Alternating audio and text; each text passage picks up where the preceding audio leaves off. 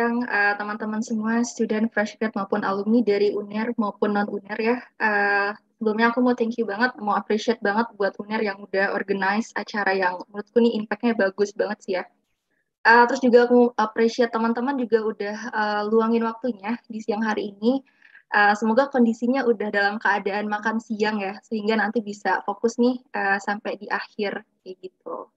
Nah, jadi hari ini aku mau ngebahas secara detail perihal CV biar meningkatkan tingkat teman-teman bisa maju ke tahap selanjutnya sampai ke pekerjaan yang literally kalian dapatkan nantinya kurang lebih selama 1 jam ke depannya sampai 14.07.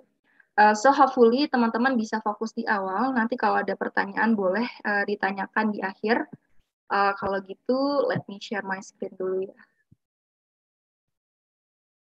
Nah, teman-teman semua, jadi ini topik kita hari ini adalah top mistakes to avoid when crafting a CV, kayak gitu. Jadi, apa aja sih kesalahan-kesalahan yang perlu kita hindari dalam membuat CV, kayak gitu. Tapi sebelum aku jauh menjelaskan itu ke depan, aku pengen kita di awal itu udah align untuk proses berpikirnya dulu, seperti itu. Nah, jadi goals kita hari ini adalah bukan bagaimana biar CV saya bagus sampai saya keterima kerja nantinya, tapi enggak kayak gitu. Tapi proses berpikirnya adalah ini adalah step, effort atau langkah awal yang kalian lakukan untuk niat kalian baik ke depannya untuk bisa bekerja seperti itu, bekerja bermanfaat untuk orang-orang dan lingkungan kalian kayak gitu. Nah, ini adalah step awalnya karena memang gerbang utama untuk opportunity pekerjaan itu bisa kalian dapatkan salah satunya adalah lewat CV kan kayak gitu. Jadi dengan cara kalian udah ikut acara hari ini, career fair ini adalah jadi kalian udah selangkah lebih maju nih dibandingkan yang lain yang tidak bergerak sama sekali. So langkah kecil kalian ini akan nanti membawa kalian ke goals kalian di akhir. Walaupun nanti ternyata setelah kalian mencoba banyak effort, kalian nggak sampai ke dream career-nya, tapi percaya sama aku, langkah-langkah kecil yang kalian create sekarang, yang kalian lakukan sekarang, itu akan ngebawa kalian ke peluang-peluang yang kalian nggak pernah duga sebelumnya. Gitu. So, pasang niat yang baik ya dari awal, kayak gitu, biar kedepannya juga baik untuk career jangka panjang kalian. Kayak gitu. Nah, jadi hopefully dengan kita belajar hari ini, aku sharing ke kalian, uh, nggak aku aja yang sharing, semoga nanti sedikit banyaknya aku juga dapat banyak insight ya dari teman-teman. Jadi kita sama-sama belajar hari ini gimana sih untuk menghindari hal-hal yang patutnya nggak ada di CV kayak gitu atau patutnya dihindari biar chance kalian untuk interview nanti juga bisa meningkat kayak gitu.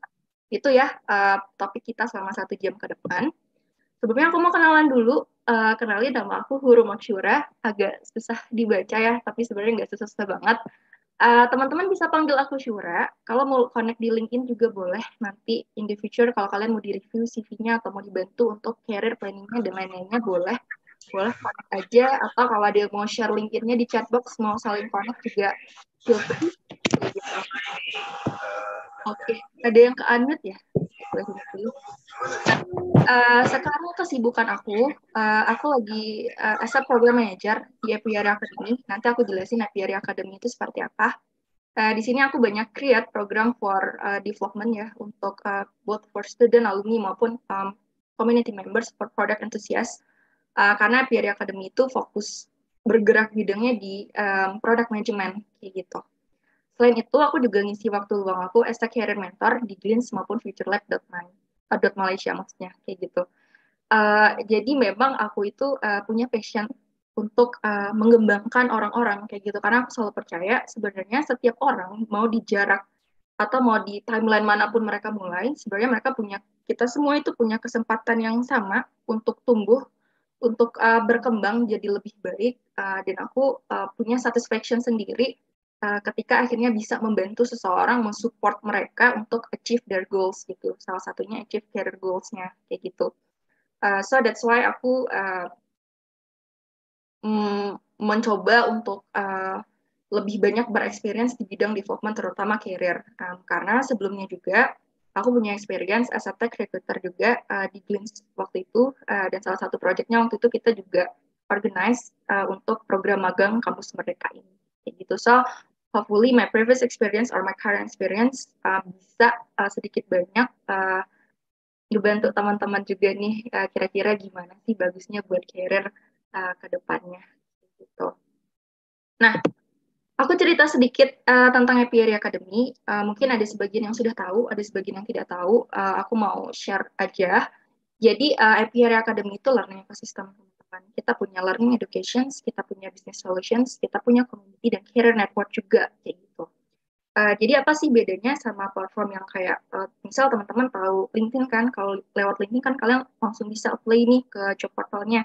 Nah, kalau Apiary Academy itu selain kita berfokus sebagai edutech, kita punya bootcamp untuk product management, kita juga punya career network-nya, di mana kita punya lebih dari ratusan hiring partner yang selalu open for job opportunity. Jadi nanti kita akan membantu menyalurkan nih teman-teman untuk connect dengan hiring partner kita, kayak gitu.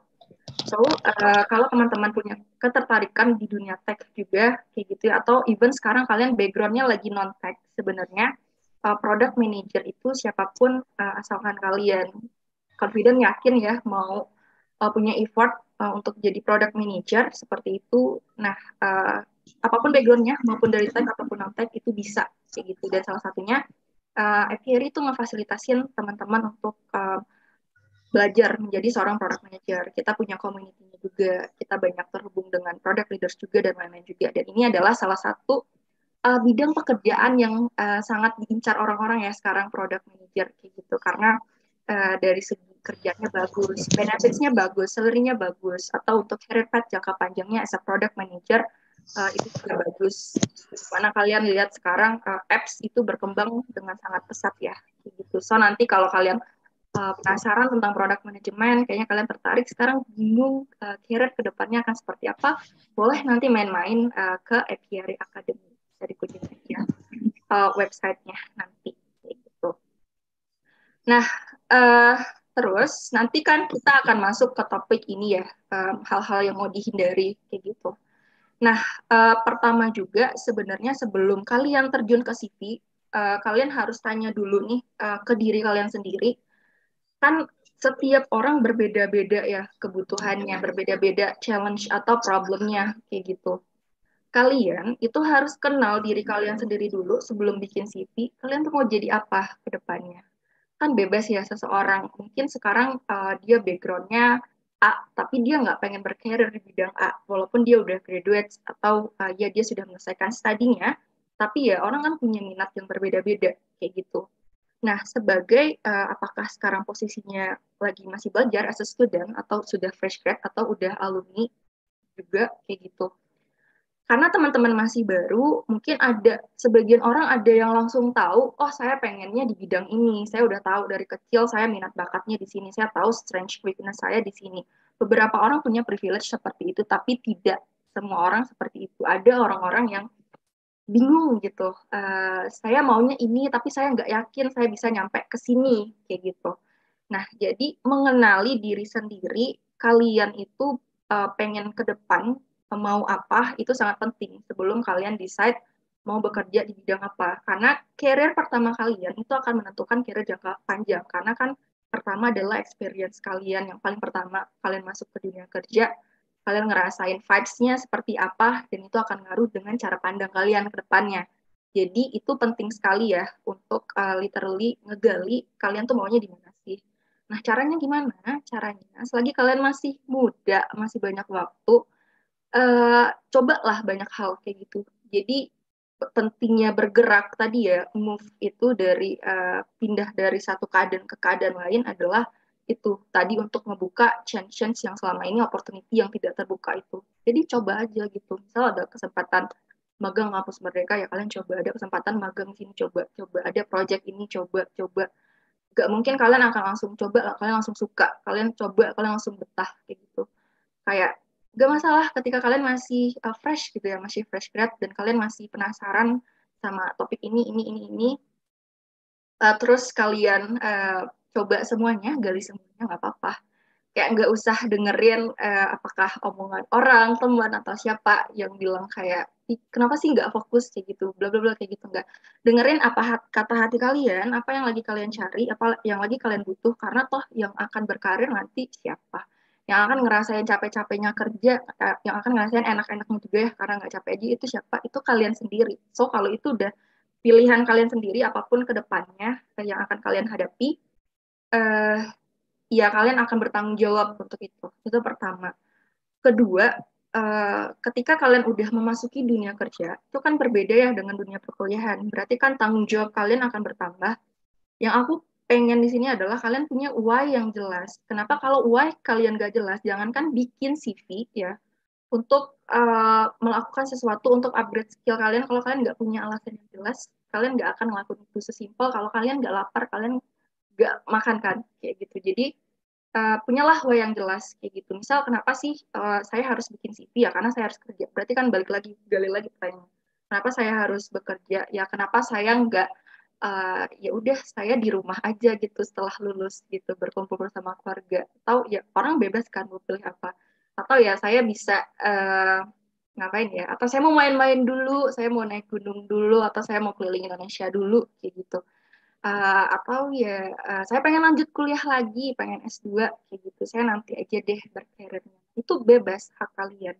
Once kalian udah decide kalau kalian memang pengen berkarir bukan cuma karena dari orang tua atau karena kalian gak enak aja sama lingkungan kalian atau apa-apa, coba perkuat lagi why-nya. Apakah ini hal yang benar-benar ingin kalian lakukan? Mana tahu kan kalian pengen berbisnis ya gitu, pengen buka bisnis apa atau pengen buka startup juga, karena kan orang punya kompetensinya masing-masing. Jadi kalian nggak harus sama kayak orang lain. Jadi itu pentingnya kayak gitu. Nah di sini kalian ikut ini, aku berpikir bahwa kalian memang sudah decide untuk berkarir gitu. Kalau kalian udah decide untuk berkarir seperti itu, berarti kalian lakukanlah dengan sungguh-sungguh, jangan setengah-setengah kayak gitu. Kalau kalian udah sungguh-sungguh, berarti setelah ikut event hari ini nggak berhenti di sini aja, tapi apa-apa yang aku sampaikan hari ini bisa kalian jalankan ke depannya seperti itu. Jadi berkelanjutan, punya planning yang jelas, punya goals yang jelas. Kalau hidup kalian nggak ada goalsnya, nanti nggak terarah. Jadi set goalsnya gitu. Misal kayak hari ini aku ikut sharing session perihal CV. Terus after itu aku bakal edit CV-ku, bakal upgrade skillku, terus aku bakal coba actively apply for this and this kayak gitu. So, jadilah orang yang punya visi, misi, tujuan ke depannya kayak gitu.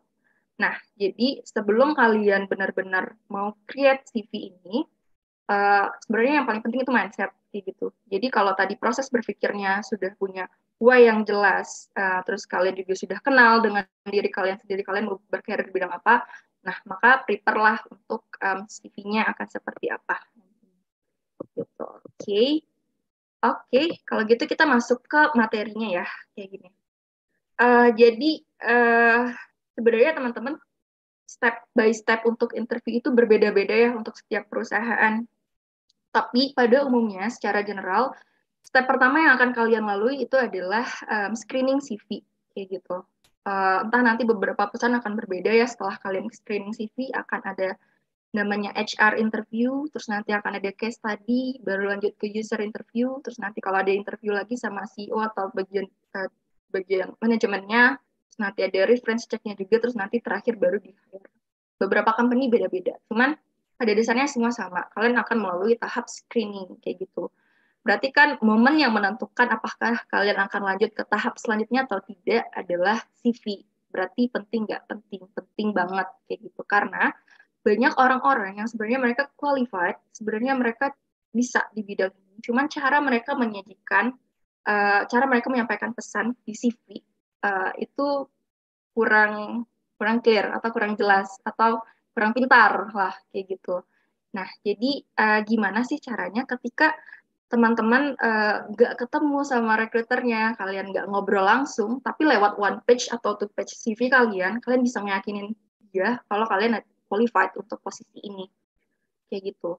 Berarti kalian secara dari awal itu udah conscious kalau CV ini nanti akan dibaca sama siapa, sama recruiter. Nah, berarti goals-nya kan gimana caranya senyaman mungkin bikin si recruiter ini nyaman baca CV kalian, dia attract, kalian bisa bikin dia trust kalau CV kalian qualified untuk posisi yang lagi kalian cari. Makanya kenapa sih ini penting itu untuk first impression. First impression itu penting maupun pertemuan pertama kalian baru kenalan sama orang, apalagi di dunia kerja kayak gitu ya. Terus untuk CV pun seperti itu sifatnya. Jadi kan masa depan kalian ditentukan tuh nanti dari ketika si recruiter bangun pagi nih di hari Senin, terus dia ngeliat CV atau ratusan atau puluhan kayak gitu ya. Terus salah satunya ada CV kalian kayak gitu. Coba kalian posisikan diri kalian sebagai seorang recruiter. Point of view-nya adalah dalam sehari itu kalian bisa nge-review puluhan sampai ratusan CV. Besoknya seperti itu lagi, minggu depannya seperti itu lagi. Hal yang sama yang dilakukan berulang-ulang. Jadi sebenarnya seorang recruiter itu, karena itu sudah menjadi kebiasaan, habit, maka mereka juga tidak butuh waktu terlalu lama untuk menentukan apakah kalian qualified atau enggak untuk decision making-nya ya. Kalau mungkin tidak semua ya, tapi sebagian 5-10 detik di awal itu cukup untuk bikin mereka mau lanjut scroll down CV kalian ke bawah, atau mereka kayak skip, mereka bakal move to the next CV kayak gitu. Itu waktunya cepat banget kayak gitu. Nah, makanya gimana caranya? Kalau kalian bikin CV di awal itu adalah kalian bisa present your strength yang membedakan kalian dari kandidat lain kayak gitu kan. Sebenarnya kenapa sih kalian itu dipilih kayak gitu? Ya memang karena kalian qualified dan pasti ada lebih kalian dibandingkan kandidat yang lain. Makanya kelebihan kalian itulah yang mau kita komunikasikan di CV kayak gitu, dengan cara kalian nanti bisa nge-highlight skill dan experience yang paling relevan juga. Ingat ya, yang aku bilang di awal, kata kuncinya adalah relevan kayak gitu. Jadi sepenting itu seberapa relevan kalian dengan posisi yang sedang mereka cari.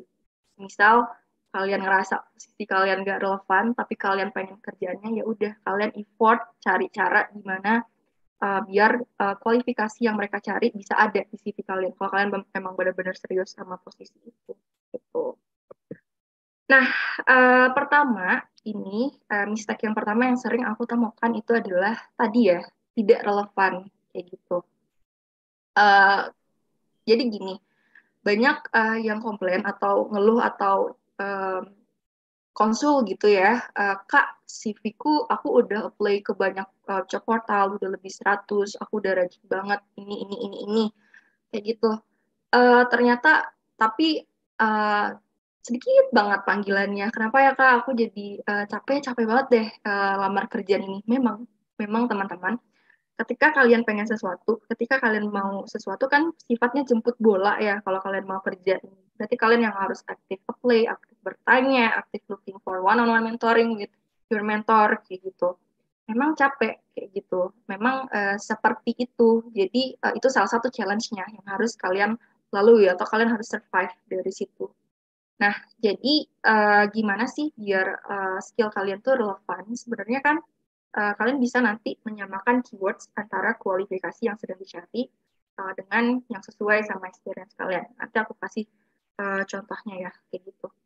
Terus kenapa sih, apa sih pentingnya kalian bisa mengkomunikasikan dengan baik kalau posisi yang sedang dicari itu cocok dengan kualifikasinya kalian?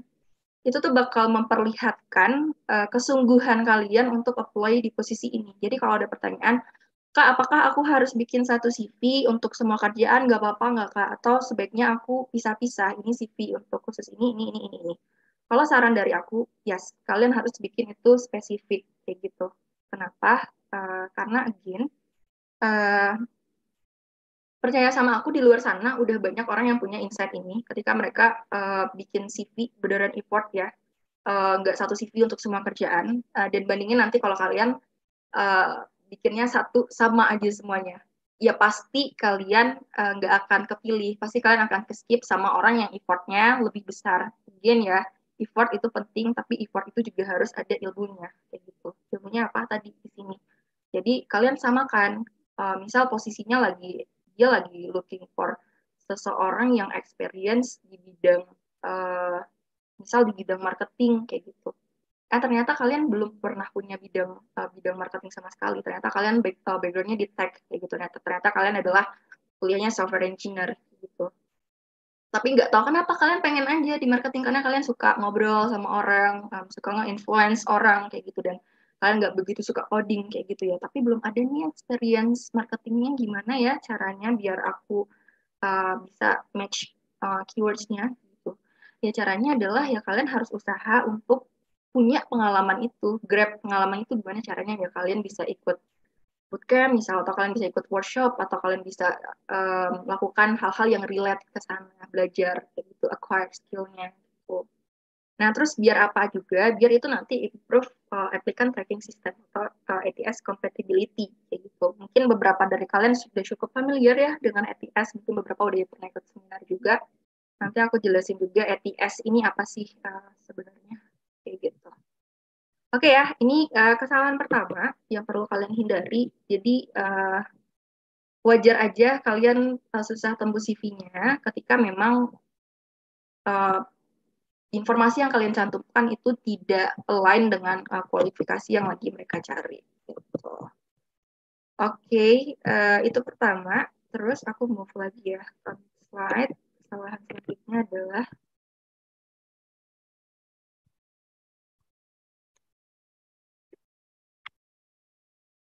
slide aku move nggak ya? Nggak ya?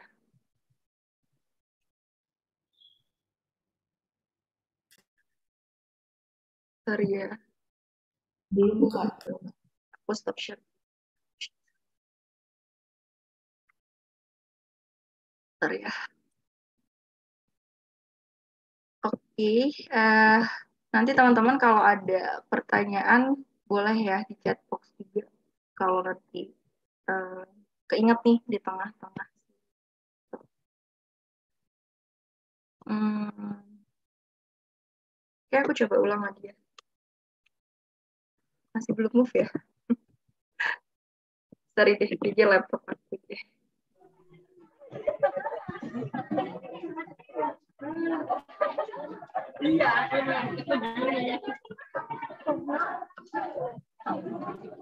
Bentar ya.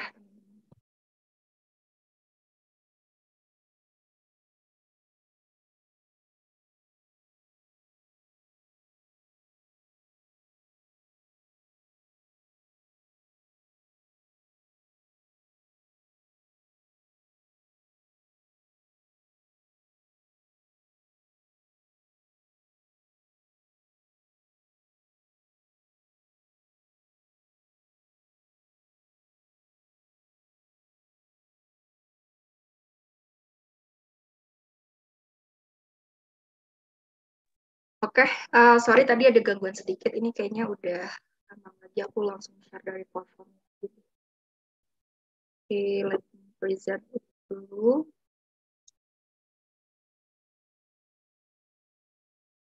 Hmm, Udah ya? Udah aman. Oke.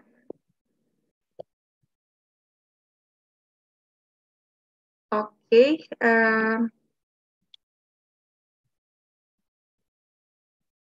Oke, itu tadi dia mistake yang pertama ya. Jadi kurang cocok kayak gitu. Keywords-keywords yang kalian masukkan. Contoh di sini. Misal ketika kalian buka job portalnya, terus ada qualificationsnya, terus dia akan bakal jelasin, misal salah satunya ini experience developing communication strategies with the media, publishing, PR, or advertising agency environment. Gitu. Kalian tuh coba highlight keyword-keyword active verbs yang kalian lihat. Misal di sini developing communication strategies. Oke, kalian sebelumnya belum pernah intern experience atau belum pernah kerja di bidang ini full time position atau apapun itu. Ternyata tapi kak aku punya organization experience. Dulu aku aktif di BEM misal atau dulu aku suka bikin acara misal festival mahasiswa kayak gitu atau aku bikin acara apa kayak gitu. Nah, ternyata setelah kalian gali lagi, waktu itu kalian pernah salah satu responsibility-nya adalah untuk acquired media partner kayak gitu atau bagian PR-nya juga. Nah, kalian samain keywords-nya. Jadi gimana caranya developing communication strategis ini masuk keywords-nya ke dalam CV kalian. Jadi jadi itu kenapa pentingnya CV itu align sama qualifications-nya itu tadi. Karena biasanya ATS itu, applicant tracking system itu, dia akan pakai yang namanya sistem Dimana kalau tingkat kecocokan kualifikasi antara job qualification yang mereka sediakan dengan experience kalian itu keywordsnya match, itu kalian lebih biasanya posisinya di atas kayak gitu. Jadi cocokin kayak gitu. Misalnya dia mintanya great storytelling atau great writing skill kayak gitu. Oh ternyata kalian rajin nulis, misal kalian suka nulis di medium.com walaupun kalian nggak pernah nulis yang profesional, tapi kalian punya platform sendiri untuk nulis kayak gitu. Terus juga nih strong project management capability. Oh ternyata kalian dulu pernah jadi PIC nih waktu ada project ini di kampus. Misal kalian pernah jadi project PIC untuk project apa gitu. Jadi berpikirnya jangan hitam putih kayak aku belum pengalaman, nggak mungkin ada. Jangan kayak gitu. Coba diingat-ingat lagi kemarin experience-nya apa aja yang bisa dicocokin. Jadi jangan berpikir itu jangan ini ya, jangan ngelihat hambatannya, tapi coba lihat peluang kayak gitu. Oh kalau nggak ada ya udah kita bikin ada. Caranya gimana? Ya udah kita harus ya udah aktif lah kalian berpartisipasi gitu. Entah nanti di kampus Merdeka program magang ini ya, atau nanti kalian bisa ikut volunteer, atau kalian bisa ikut organisasi organisasi juga, atau kalian belajar lewat bootcamp atau workshop kayak gitu ya. So, ciptakan kayak gitu. Karena nggak mungkin nggak ada kalau nggak diciptakan. Siapa yang mau ciptain? Apakah orang tua kalian, dosen kalian, enggak ya diri kalian sendiri yang bisa create ini. Jadi inisiatifnya harus tinggi ya. Kayak gitu. Apalagi itu student and fresh grad. Gitu. Nah, mistake yang kedua itu adalah formatnya kayak gitu. Jadi, aku liatin deh. Bentar. Nah, jadi ini ATS CV yang aku maksud tadi. Jadi teman-teman, beberapa company itu biasanya mereka udah pakai ATS untuk screening CV. Karena apa? Karena itu bisa reduce their time, maksudnya lebih efektif untuk mereka screening. Jadi kalau ATS ini, misal CV kalian include beberapa part kayak ada fotonya, terus atau ada simbol-simbol seperti itu, biasanya udah langsung ke take up aja tuh CV-nya. Kenapa? Karena nggak kebaca sama sistemnya, kayak gitu. Tapi beda lagi ceritanya ketika kadang masih banyak juga company yang masih manual sistem screeningnya kayak gitu. Cuman ATS ini selain apa ya, selain dia emang bisa dibaca sama sistem, sebenarnya kalau dari segi formattingnya sendiri dia tuh compact. Compact itu gimana sih? Compact itu adalah bayangin kalian adalah seorang recruiter. Ketika kalian membaca CV itu kalian pengennya senyaman mungkin kan, informasinya singkat, padat, jelas kayak gitu. Mungkin kalian pernah lihat CV yang mungkin posisinya tidak beraturan kayak gitu. Jadi salah satu poin plus dari ATS juga adalah beraturan kayak gitu.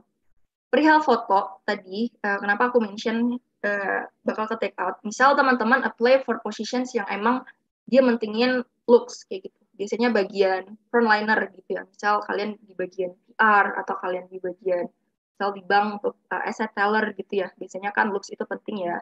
Gak apa-apa, attach aja fotonya kayak gitu. Tapi untuk posisi-posisi yang kayak yang nggak begitu mementingkan itu, saran aku pakai CV ini aja gitu, PTS yang lebih aman.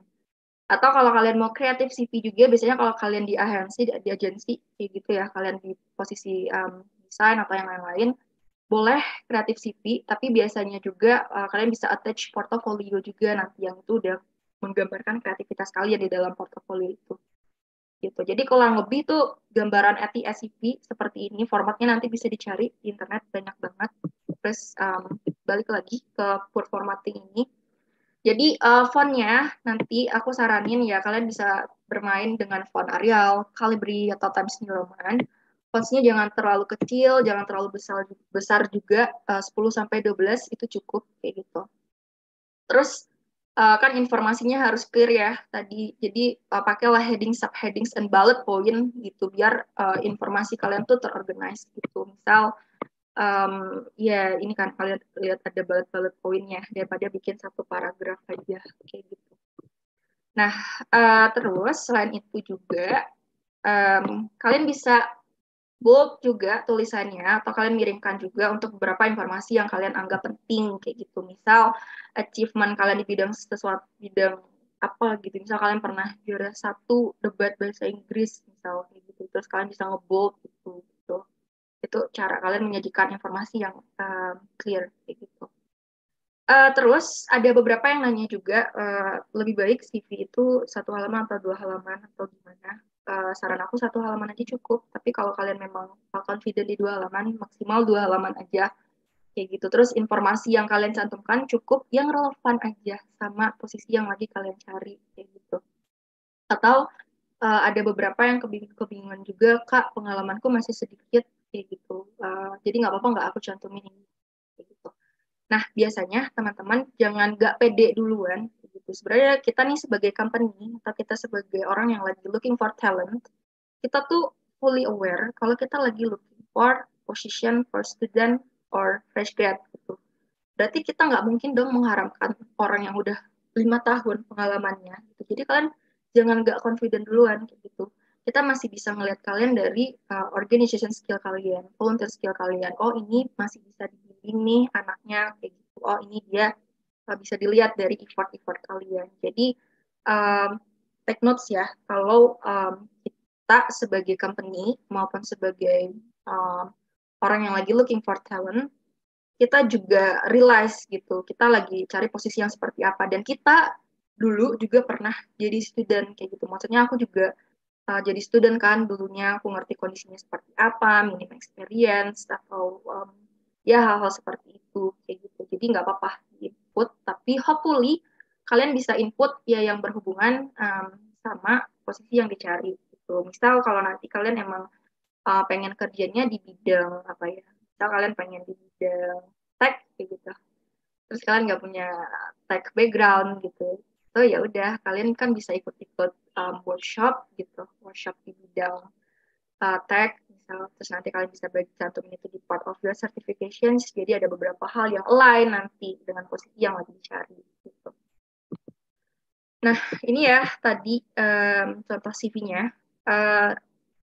Jadi sebenarnya CV itu, teman-teman, konsep CV itu sebenarnya kalian kan lagi nge-selling sesuatu ya. Produk yang kalian sell adalah your experience sama your achievement. Your experience itu bisa di-measure dari apa? Dari berapa lamanya. Misal kalian udah 3-5 tahun pengalaman atau kalian sebelumnya punya berapa lama pengalaman dan skill apa aja sih yang kalian acquired dari pengalaman itu gitu. Kedua, achievement. Achievement kan bisa diukur ya kayak gitu. Jadi achievement itu ya kalian pernah jadi ambasador apa misalnya, atau kalian pernah ikut competition apa gitu di bidang yang relevan. So lakukanlah itu dari sekarang kayak gitu untuk fulfill your experience yang nanti bisa kalian attach di CV juga dan bisa kalian ceritakan waktu interview nanti kayak gitu. Terus sebenarnya bahasa CV itu bahasa yang nggak perlu bahasanya singkat, padat, dan jelas. Dan kalau lebih baik bisa di-measure ya in numbers. Jadi kayak kalau kalian mau bilang um, misal kalian I have a good organization skill, attention to details, bla bla bla. Itu bahasanya bagus, tapi bahasa yang lebih baik kalian pakai waktu interview. Karena di CV itu nggak bisa di-approve gitu. Kayak dari mana aku tahu kalau kamu punya pengalaman organisasi yang bagus, kalau cuma kamu tulis subjektif gitu doang. Oh, tapi ternyata kalau cara kamu menyantumkan informasinya adalah iya, sebelumnya kamu adalah lead dari project ini waktu di organisasi ini. Itu kan approve ya, kayak gitu. Jadi konsepnya berpikirnya lagi-lagi CV itu adalah sesuatu yang bisa dibuktikan pengalaman kalian. Jadi cantumin lah informasi-informasi yang bisa di-share, bisa diukur. Gitu. Gak perlu panjang-panjang, saranku cukup 3 atau 4 bullet point aja. Kalau bisa 1 baris itu udah paling oke, kayak gitu. Nah, terus tadi ya ada numbers-nya, ada beberapa poin yang bisa kalian highlight juga di CV seperti itu. Jadi itu ya untuk CV. Dan untuk bagian summary juga, nanti aku jelasin lagi. Summary juga nggak perlu terlalu panjang. Sebenarnya balik lagi. Point of view-nya adalah kalian bayangin aja ketika kalian, pernah nggak kalian baca surat atau sebuah agreement yang panjang lebar, yang ada SOP-nya gitu. Pasti kalian nggak akan baca secara detail kan. Sama cara kita kasih kenyamanan untuk orang baca CV itu adalah gimana caranya itu bisa singkat, padat, dan juga jelas kayak gitu. Terus uh, mistake yang lainnya itu adalah tadi ya yang aku udah sempat singgung di awal, kebanyakan orang-orang itu cuma cantumin job description-nya gitu. Misal ya saya di sini kerjaannya ngelola ini gitu. Saya sebagai membangun partnership misal dengan klien B2B, B2C, bla bla bla kayak gitu. Tapi apa bedanya nanti CV kalian sama CV orang lain karena pengalaman kalian anggap ya cara berpikirnya kayak gini. Anggap di satu pekerjaan, anggap ya lagi ada company yang lagi looking for partnership specialist kayak gitu. Terus kalian ngerasa confident nih untuk ada di sini dan kalian juga punya pernah pengalaman partnership sebelumnya kayak gitu. Siapa sih orang yang berpikir seperti itu di dunia ini? Apakah hanya kalian sendiri? Enggak. Ribuan atau ratusan fresh grad atau student di luar sana juga pasti punya pemikiran yang sama kayak gitu. Terus kurang lebih kan kegiatannya sama ya partnership. Pasti keywords yang akan muncul mirip-mirip kayak gitu. Nah, apa sih yang bedain kalian sama mereka? Itu tadi, your specific experience. Misal, oh ternyata kalian partnershipnya udah handle brand-brand yang besar gitu. Kalian bisa mention brand A, B, C, D, E, kayak gitu. Yang ngebedain sama si orang ini. Ternyata brand yang dia handle waktu partnership belum sebesar yang kalian handle, misal kayak gitu. Nah, itu kenapa achievement itu perlu di sana biar kalian beda sama yang lain. Gimana ya maksudku? Sebenarnya kan CV itu kalian udah berkompetisi dari awal. Nah, siapa sih yang bakal menang? Ya yang punya value lebih gitu. Ya kalian harus bisa meng-highlight value kalian tuh apa yang bisa kalian kasih nanti ke si company ini. Gitu. Jadi kalian tuh akan terlihat lebih credible juga as a candidate gitu. Terus bisa demonstrate the value yang kalian bawa ke si employers ini. Jadi dia trust sama kalian kayak gitu dan percaya sama aku, employers itu lebih tertarik sama CV-CV yang achievementnya jelas kayak gitu karena uh, jam terbang itu nggak pernah bohong, track record itu nggak pernah bohong. Jadi itu lebih terpercaya kayak gitu. Nah, terus error lainnya lagi apa? Kadang teman-teman itu ketika mencantumkan informasi ya jangan lupa email, WA, kalau bisa WA-nya yang aktif kayak gitu. Sama cantumin profil LinkedIn juga. Aku nggak tahu ya semua di sini udah punya LinkedIn atau belum, tapi saranku teman-teman kalau kalian emang udah fokus mau berkarir, mungkin LinkedIn bukan salah satu platform yang cukup familiar kalian gunakan sehari-hari saat ini, tapi saran dari aku build LinkedIn-nya dari sekarang. Kan nanti juga bakal ada sharing session perihal LinkedIn ya. Nah, ikutin tuh gimana step by step personal LinkedIn di LinkedIn yang bagus, personal branding di LinkedIn yang bagus itu seperti apa, gimana sih cara nge-build LinkedIn itu, kayak gitu. Uh, ya, jadi kalian bisa cantumin kontak itu, phone number, email, terus alamat LinkedIn-nya, kayak gitu. Jangan jangan sampai salah, kayak gitu atau jangan nama emailnya yang nggak profesional gitu ya misal ada angka-angka atau huruf besar kecilnya atau kalian pakai nama-nama yang lucu kayak gitu ya yang formal aja jangan lupa kayak gitu karena itu penting karena terserah ya dimanapun kalian mau bekerja nanti apakah itu startup, NGO, corporate atau yang lain yang kayak enggak kok kak company aku santai sesantai-santainya company kalian kalian harus nunjukin uh, your professionality at least kayak gitu. Jadi jangan dianggap main-main aja semuanya. Nanti dulu di kuliah bisa main-main kayak gini lucu-lucuan, tapi kan one step closer ya kalian ke arah career berarti kalian one step closer tuh lebih mature gitu. Salah satu mature yang kalian liatin adalah by your attitude kayak gitu kan. Attitude kalian salah satunya how you write something on your CV kayak gitu. Itu mistake nomor 5. Terus mistake keenam, ini kadang-kadang tuh kan konsepnya tadi kita nge-highlight informasi yang related to qualification yang lagi dibutuhkan oleh company ini kayak gitu. Paling atas tuh biasanya apa sih summary kayak gitu. Summary itu cukup 2 sampai 3 baris sebenarnya kayak gitu. Itu cukup nge-highlight experience kalian kayak gitu dan kelebihan kalian apa, accomplishment-nya apa. Terus kalian juga bisa pakai strong action oriented language kayak gitu. Maksudnya gimana? Go back to the CV format tadi ya. Nah, jadi kalau lihat itu di atas, itu kan sebenarnya ini CV-nya CV yang udah profesional ya. Jadi whatever mau kalian udah profesional atau baru mau start, summary-nya tetap 2 sampai 3 baris aja cukup. Itu langsung nge-highlight ke posisi yang kalian cari kayak gitu. Misal kalau di sini kalian misal kalian lagi apply ke posisi product manager kayak gitu. Ya udah kalian langsung highlight experience kalian di bidang product manager apa? Kalian nggak perlu ceritain kalau sebelumnya kalian pernah jadi atlet misalnya. Itu kan nggak product manager nggak harus atlet ya. Jadi informasi-informasi seperti itu yang bikin recruiter jadi rancu kayak gitu. Jadi kalian harus bikin mereka fokus, mereka yakin ya kalian punya background yang cocok. Jadi highlight lah hal-hal yang berhubungan sama posisi yang lagi kalian cari. Misal kalau dia as a product manager, misal sebelumnya dia pernah startup experience at one of fintech company, misal kayak gitu. As a product intern, kayak gitu. Terus after that dia juga actively participate at product management community as a what, kayak gitu. Jadi perlu di-highlight hal-hal yang berhubungan sama your experience at the related job qualification yang mereka butuhkan. Selain itu juga bisa di-highlight accomplishment-nya gitu. Misal kalian, ternyata kalian pernah juara 1 di kompetisi produk gitu. Kalian bisa bilang kayak, misal atau kalian juara 2 gitu ya, runner up at the Hacker Product Competitions, misal kayak gitu.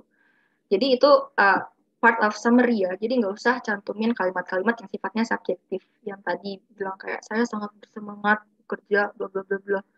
Itu nanti waktu interview boleh ngobrol kayak gitu. Tapi di CV singkat, padat, dan jelas aja kayak gitu.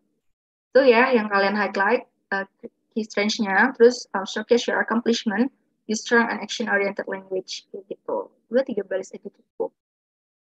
Nah, terus mistake yang nomor 7 juga itu adalah grammatical error kayak gitu ya. Again yang aku bilang tadi kan, show your attitude, start from your CV kayak gitu. Kalau dari awal aja si recruiter ini udah gitu kayak your CV is banyak tipe-tipenya kayak gitu ya. Oh ini anak gak hati-hati ini, oh ini anak gak teliti kayak gitu. Jadi sebenarnya bukan red flag banget ya maksudnya kayak gitu. Cuman pasti itu ngaruh ke psikologi si recruiternya nanti. Mereka bisa berpikir kayak arahnya ke sana dan mengurangi nilai kamu aja kayak gitu. So again ketika kamu udah sungguh-sungguh pasti kamu juga nggak akan semain-main itu kan, senyepelin itu. So proofreading itu, baca lagi ada yang salah nggak. Atau kalau kalian bisa use beberapa tools juga gitu kan, Grammarly misal untuk ngecek typonya kayak gitu. Jadi biar untuk nge-reduce gitu ya, mengurangi negative impact dari impressions orang yang pertama kali melihat CV gitu. Nah, jadi ini beberapa mistake yang harus kalian hindari dalam menulis CV gitu ya. Jadi sebenarnya masih banyak lagi, cuman common mistake-nya seperti ini. Jadi again, hopefully nanti teman-teman bisa create CV-nya yang seperti ini. Ini yang namanya ATS CV kayak gitu. Nah, jadi misal nih CV-nya udah jadi kayak gitu.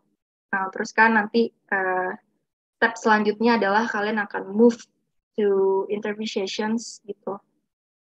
Bisa jadi ini interview pertama kalian atau ya sudah berulang-ulang interview kayak gitu ya. Terus saran dari aku adalah gimana kalian juga prepare untuk interview. Nah, sebenarnya kan judul kita itu adalah gimana sih kita avoid mistake dalam create resume kayak gitu atau CV. So change untuk landing your interview itu lebih besar kayak gitu. Makanya mungkin hari ini aku lebih banyak ngebahas seputar CV-nya ya. Tapi nggak apa-apa, aku bakal bahas sedikit tentang interview kayak gitu, teman-teman. Jadi, kenapa kalian harus aktif untuk apply job? Konsepnya kayak gini, kalau semakin kalian aktif lamar pekerjaan dengan CV yang benar nih ya, maka chance for your interview tuh akan lebih besar kayak gitu. Gak ada ceritanya kalian baru sekali interview, kalian langsung diterima. Beberapa orang ada yang seperti itu, tapi gak semua orang kayak gitu, kayak gitu. Jadi berpikirnya gimana caranya biar kalian chance untuk diterima interview, at least interview aja dulu itu lebih tinggi. Karena kan misalnya hari ini kalian apply, minggu depan kalian dikabarkan untuk interview, terus gak lolos gitu. Waktu interview kalian bisa tanya, asking for feedback from the recruiter atau from the HR gitu. Kalian tanya, gimana interview saya tadi, feedbacknya ada nggak gitu. Nah, ini yang aku bilang tadi, manfaatkan jatah gagal kalian sebanyak mungkin dari awal kayak gitu, sehingga kalian punya lesson learn yang tidak akan kalian ulangi ke depannya. Jadi dengan kalian banyak apply, akan banyak juga job opportunity-nya, interview-nya. Di situ kan kalian akan cobain tuh berkali-kali kayak gitu. Di situ kalian paham, oh ternyata tadi aku ngobrolnya terbata-bata, oh aku kurang confident karena aku terlalu anxious, karena aku terlalu underestimate myself gitu, ternyata aku kurang ngerasain materi ini kayak gitu. Oh ternyata yang perlu aku upgrade adalah my communication skill, my public speaking skill, oh aku harus ambil course ini, atau oh aku harus nanya ke mentor ini. Jadi um, pikiran-pikiran kayak gitu nggak akan kebuka ketika dari awal aja kalian udah males untuk update CV-nya, awal kalian udah males update job apply-nya. Nah, gimana cara bikin kalian gak malas untuk melakukan ini semua tadi di awal berangkatnya? Dari punya why yang jelas, kayak gitu. Why ya, karena ini masa depan kalian, kayak gitu. Siapa yang mau nentuin kalau bukan kalian sendiri, nggak bukan tanggung jawab orang tua atau dosen atau teman-teman kalian. So, kalau why-nya udah jelas, nanti ke depan itu akan beruntun, kayak gitu. Karena um, coba ya teman-teman itu keluar dari your comfortable zone gitu, maksudnya your comfort circle kayak gitu. Um, kan aku sekarang di bidang tech ya teman-teman, so aku banyak ketemu banget tech enthusiast, product enthusiast yang mereka itu very very kompetitif gitu. Jadi kalau kalian lihat ke dunia luar itu for career, for sesuatu yang seperti ini itu orang-orang sangat kompetitif. Mungkin kalian ada ya beberapa orang belum ngerasa terpanggil untuk nge-update their skill ataupun itu mungkin karena dia ngelihat sekelilingnya juga atau si ini juga santai, ini juga santai kayak gitu. Iya, itu yang ada di dekat kalian sekarang. Tapi coba again ya, move kayak gitu. Lihat di dunia luar itu orang sangat-sangat kompetitif kayak gitu. Jadi startlah dari sekarang kayak gitu. Jangan sebenarnya kan setiap orang tuh punya timeline masing-masing ya. So kalian nggak perlu compare diri kalian dengan si A, si B, si teman kalian yang ternyata dia udah di posisi ini sekarang atau dia udah ini karena ya kalian compare aja diri kalian hari ini dengan diri yang kemarin, growth nggak, berkembang nggak, kayak gitu ya. Orang biarin aja, nggak usah fokus sama hidup mereka, fokus aja sama hidup kalian. Oh yang penting kalian udah tahu, oh ternyata kalian itu kurang inisiatif di sini sini sini sini kayak gitu. Oh ini yang harus diperbaiki kayak gitu. So ya fokus di dirinya kalian dulu aja kayak gitu. Nah jadi itu ya untuk CV dan juga interview tadi kayak gitu. Terus sampai nanti kalian akan ada di pekerjaan pertama kalian. Mungkin kalau startnya dari student atau first grade dulu akan melalui tahapan yang sangat panjang ya. Sekarang sebenarnya teman-teman itu udah banyak fasilitasnya. Salah satunya kan pemerintah tuh fasilitasin untuk kampus mereka ya. Dulu di zaman aku tuh sama sekali nggak ada kayak gitu. Jadi sebenarnya opportunity banyak di luar sana, fasilitasnya banyak. Tinggal kaliannya mau gerak nggak gitu. Kaliannya mau nge-grab itu nggak atau kayak ya kalau kalian nggak mau grab itu ya itu buat orang lain kayak gitu ya. Kalau kalian nggak start dari sekarang ya kalian akan misalnya di 2 atau 3 tahun ke depan kayak gitu. Kenapa ya waktu muda dulu saya males-malesan kayak gitu. Kayak aduh kenapa ya sekarang kayak udah telat deh udah ini karena semakin bertambahnya umur kalian nanti tanggung jawab kalian akan bertambah bukannya berkurang. Mungkin sekarang kalian lingkungan nge-pressure untuk dapat kerja, nanti bertambah umur lagi beda lagi pressure-nya ada lagi.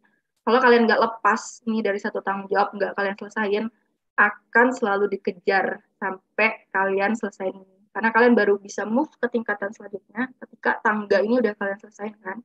So, saran dari aku yaitu teman-teman serius lah sama masa depan kalian. Kalau kalian emang sayang sama diri kalian kayak gitu, karena ya itu salah satu kunci. Oke, mungkin itu dulu dari aku ya perihal CV ini dan sedikit tadi tentang interview. Nanti kalau teman-teman mau tanya lebih banyak lagi, nanti bisa bisa mentoring lagi one on one sama aku, bisa di Glints ataupun di Future Lab, atau kalau kalau kalian mau connect di LinkedIn juga nanya-nanya tentang career kalian bingung gimana bisa connect juga uh, di on my LinkedIn. Oke, uh, mungkin dari aku itu dulu. Mungkin kita bisa next ya kurang lebih ada 10 menit lagi untuk sesi tanya jawab. Ini aku back to Mbak Ratna lagi atau nggak apa-apa langsung delete sama akun Mbak Ratna untuk Q&A-nya. Oke deh, kayaknya nggak apa-apa ya, langsung sama aku aja. Boleh dari Salsa, boleh Salsa bisa open mic? Ya, terima kasih untuk kesempatannya dan juga insight-insight baru dari Kak Syura tadi.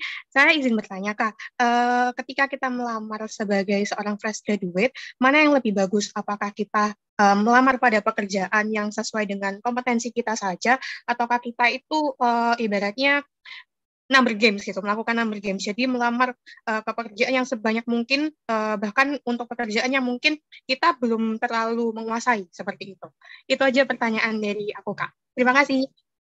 Oke, terima kasih Salsa. Kalau saran aku untuk fresh grad adalah lebih baik mana ya tadi sesuai kompetisi atau kayak udah kita sebar aja gitu, kayak sebar jalan gitu ya. Saran dari aku adalah apply ke hal yang paling kamu suka kayak gitu. Terserah mau itu susah, mau itu nggak cocok, yang penting kamu suka dulu. Kenapa?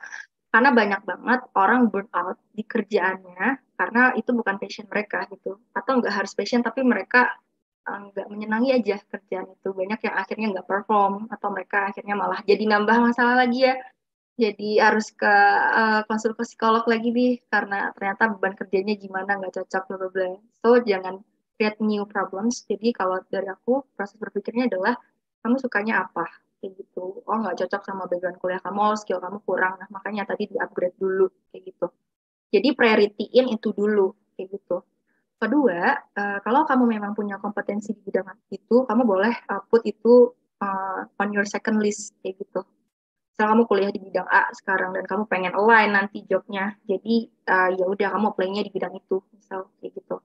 It's okay, tapi again, uh, kamu tuh masih muda kayak gitu, masih banyak peluang cobain itu, coba yang paling kamu suka kayak gitu, karena belum tentu di 3 atau 5 tahun ke depan chance itu akan ada lagi kayak sekarang peluangnya lagi banyak gitu. Jadi yang kamu suka dulu gitu.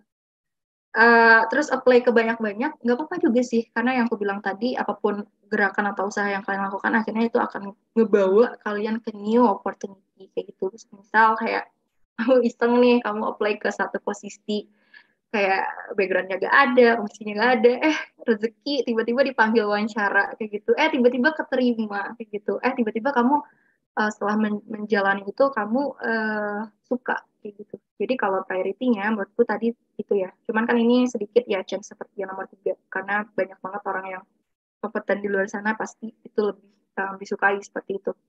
Jadi yang kamu suka dulu, yang kamu yakin kamu bisa komit sama hal ini. Kedua baru tadi ya sesuai your kompetensi atau your skill. Ketiga kalau kamu mau coba-coba nggak apa-apa. Yang penting jangan diam. Itu ya, kalau cukup menjawab nggak? Sangat menjawab. Terima kasih ya, Kak Syura. Oke, sama-sama Salsa. Next dari Wahyu, ada pertanyaan Wahyu? Halo Kak, ada Kak, saya ada pertanyaan. Mm-mm. Jadi pertanyaannya terkait tampilan di CV Kak. Biasanya kan ada section skills ya Kak ya.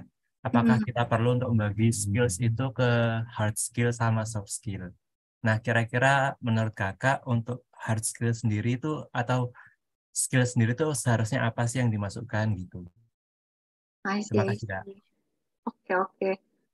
Sebenarnya apakah skill itu perlu uh, dibagi gitu ya ke hard skill and soft skill kayak gitu. Sebenarnya gini Wahyu, sebenarnya tadi yang aku bilang kita bisa match keywords antara qualifications yang lagi mereka cari dengan uh, experience-nya kita gitu. Misal qualification-nya mereka lagi looking for someone who yang punya leadership experience kayak gitu. Leadership itu kan skill, tapi itu kita bisa masukin di job description, lead lead lead a team with 12 members to organize a project bla bla bla. Jadi kan sebenarnya keywords-nya tadi udah ada di dalam. Jadi nggak perlu lagi nih ditambah. Misal di atas kamu udah nambahin lead as a lead kayak gitu. Terus di bawah kamu tambahin lagi leadership kayak gitu. Atau kalau kamu memang ngerasa lebih confident, apakah harus dipisah? Betternya iya. Jadi ada soft skill, ada hard skill. Jadi contoh contoh-contoh soft skill itu kan yang berhubungan sama communication skill, terus misal kayak public speaking skill atau time management, hal-hal yang kayak gitu. Hal-hal yang sebenarnya bakal lebih di-approve nanti lewat your job description di bagian ballot-ballot itu kan, kayak gitu. Nah, kalau untuk hard skill sendiri, nggak apa-apa cantumin. Misal hard skill kamu itu misal kamu itu kompatibel dalam organize beberapa tools. Misal kalau di tech itu biasanya ada tools namanya Figma, Jira, atau Miro. Kamu punya hard skill itu, atau kamu punya hard skill kamu bisa well function at Airtable, mungkin kayak gitu. Jadi hard skill itu biasanya mengacu kepada sesuatu yang sifatnya kelihatan gitu, ada physicalnya kayak gitu. Misal kalau kamu punya Microsoft Excel skill, ya berarti kamu bisa manage ribuan data dalam si Excel ini, misal kayak gitu. Jadi hard skill tuh lebih ke sana arahnya Wahyu gitu. Baik Kak, terima kasih atas penjelasannya. Oke, sama-sama Wahyu. Next dari Mahelsa. Ya, terima kasih kesempatannya. Sebelumnya izin bertanya terkait interview, Kak. Jadi kan di interview XR biasanya itu ada XR yang interview itu durasinya dibatasi, ada juga XR yang mungkin mengajak kita untuk ngobrol. Nah, kira-kira Kak, ada nggak ya keyword atau mungkin attitude yang bisa digunakan bagi kita job seeker, khususnya fresh graduate, agar bisa menjual kita kepada HR gitu, Kak? Terima kasih. Oke, untuk interview ya. Jadi kayak gini ya teman-teman. Kalau untuk interview, aku kasih tipsnya adalah sebenarnya kan interview mau kalian online ataupun offline, attitude itu nomor satu ya. Jadi kayak gini. Jadi misalnya kalian online interview, sebenarnya kan kalian nggak ketemu langsung sama recruiternya. Tapi sebenarnya dari awal, kalian percaya nggak kalau kalian itu perlu nyocokin feeling kalian dengan orang yang kalian lagi ngobrol kayak gitu. I mean contohnya kayak gini. Contoh kalian qualified-nya bagus nih. Terus kalian juga experience-nya bagus. Tapi entah kenapa waktu ngobrol sama recruiter itu energinya nggak match aja gitu. Kayak kalian nggak connect aja sama dia kayak gitu. So dari awal itu mindsetnya udah langsung kalian ngelihat si orang yang mau interview kalian ini as a human gitu. Jadi kalian ngomongnya itu heart to heart. Maksudku heart to heart itu in a professional way. Maksudnya seperti apa? Berarti kalian ngomong, kalian tuh berbicara dengan manusia yang punya feeling kayak gitu. Punya feeling berarti gimana caranya kalian memang ya kayak kalian ngobrol sehari-hari aja sama teman-teman, sama keluarga. Kayak kalian ngelihat dia sebagai manusia kayak gitu. Karena kadang kan waktu interview tuh kalian udah gugup, bukan kalian sih ya, beberapa orang udah gugup duluan atau gemeter duluan atau udah nyiapin teks gitu ya. Jadi kayak bacanya by text kayak gitu. Sehingga feeling kalian pun kitanya nggak attract kayak gitu, rekruternya nggak akan attract karena jadi kalian liatin lah antusias kalian ngehargain si rekruter ini udah ngeluangin waktunya kayak gitu kayak ya ternyata kalian punya opportunity untuk bertemu dan ini salah satu change untuk kalian dapat kerjaan juga, so kayak saya thank you tuh mbak rekruternya atau mas rekruternya, thank you ya kayak bebas ya apakah interviewnya in English atau in bahasa kayak gitu, kayak misalnya in bahasa kalian bisa say thank you Mbak udah luangin waktunya untuk interview hari ini di tengah-tengah kesibukannya kayak gitu. Saya senang sekali bisa ada kesempatan ngobrol sama Mbak kayak gitu. Nah, jadi di appreciate dulu salsa kayak gitu. Terus kalau udah um, itu ya cara buka obrolan yang pertama. Bawa energi vibes yang positif, energi yang baik, niat yang baik. Terus juga harus confident kayak gitu. Confident akan lahir tadi ya dari jam terbang kalian, makanya perbanyak apply pekerjaan biar banyak interviewnya, banyak latihan public speaking, communication skillnya juga, dan cara ngejawab interview yang paling baik itu adalah dengan metode namanya SMART. Jadi SMART itu aku lupa sih ya kepanjangannya apa, tapi kurang lebih dengan cara bercerita kayak gitu. Ada story-nya, ada storytelling-nya. Jadi kalian nggak kayak robot aja. Misal kayak kalian ditanya, misal aku kasih satu contoh aja ya. Ditanya apa sih achievement apa sih kegagalan terbesar di hidup kamu gitu. Misal aku kalau lagi ngobrol kayak gitu sama student, kebanyakan mereka misal cerita misal kegagalannya adalah ternyata dia nggak achieve nih pengen di jurusan yang dia pengen, business student, jawabnya kayak gitu. Contoh ya, jawaban yang tidak bercerita. Cerita itu SMART itu ada S, situation, M, measure, terus ada action, terus ada lain-lainnya juga nanti. Nanti ya kalau ada kesempatan lain aku bakal share juga gitu. Nah, itu ada specific, measurable, achievable, relevant, and time bound gitu. Thank you. Nah, iya kayak gitu. Misal ada yang kayak ngejawabnya sesingkat, ditanya kegagalan, misal terus dia cuma ngejawab kayak, iya Kak, iya dulu aku pernah ini misal kayak gitu, kayak gitu aja. Tapi coba kalian belajar ya untuk bercerita kayak gitu. Orang tuh pasti tertarik sama sesuatu yang ada story, ada nilai cerita kayak gitu. Sama aja kayak kalian dengerin kuliah sama kalian nonton, kalian lebih enjoy nonton Netflix kan kayak gitu. Tapi nggak tahu sih ya, mungkin nggak semua orang kayak gitu. Jadi kalian bisa cerita nih, bawa orang ke pengalaman kalian gitu. Misal, iya Kak, dulu tuh aku udah rajin banget belajar kayak gitu. Aku ikut bimbel di sini, di sana. Aku sampai nggak tidur segini gitu kan. Terus aku belajar, aku asah lagi skill aku dan aku pengen banget di jurusan ini karena aku pengen nanti ke depannya gini kayak. Tapi Tuhan berkata lain, aku nggak keterima di sini, misal kayak gitu. Jadi maksud aku memperlakukan orang lain sebagai manusia itu ketika bicara itu seperti itu kayak gitu. Jadi heart to heart, jadi heart to heart tapi in a professional way, jadi itu akan lebih genuine kayak gitu. Jadi nggak kayak kalian baca teks atau yang lain gitu, atau nggak kalian ngarang gitu ya. Paling itu cuma gambaran sedikit aja ya, sebenarnya lebih banyak tips and tricks gitu ya. Kalau aku lihat dari time-nya udah 2:07, mungkin ada beberapa pertanyaan lagi, tapi aku nggak tahu masih ada waktu atau enggak. Mungkin aku coba confirm ke Mbak Ratna lagi. Gimana, Mbak Ratna? Apakah masih ada sesi Q&A-nya atau udah aja?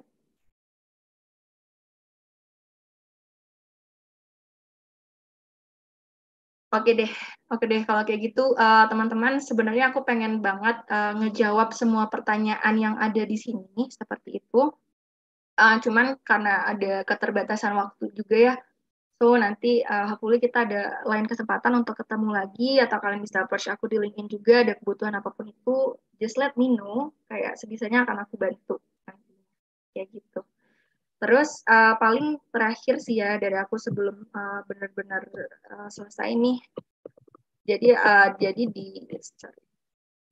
kan tadi aku sempat mention kalau IPRI itu kan bergeraknya di bidang product management ya, kayak gitu.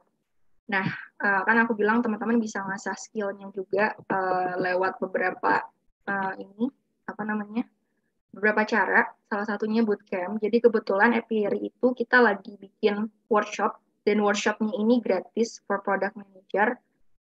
Dan nanti kalian bisa ikut program ini dan ada kesempatan untuk menang ke beasiswa bootcamp-nya juga kayak gitu.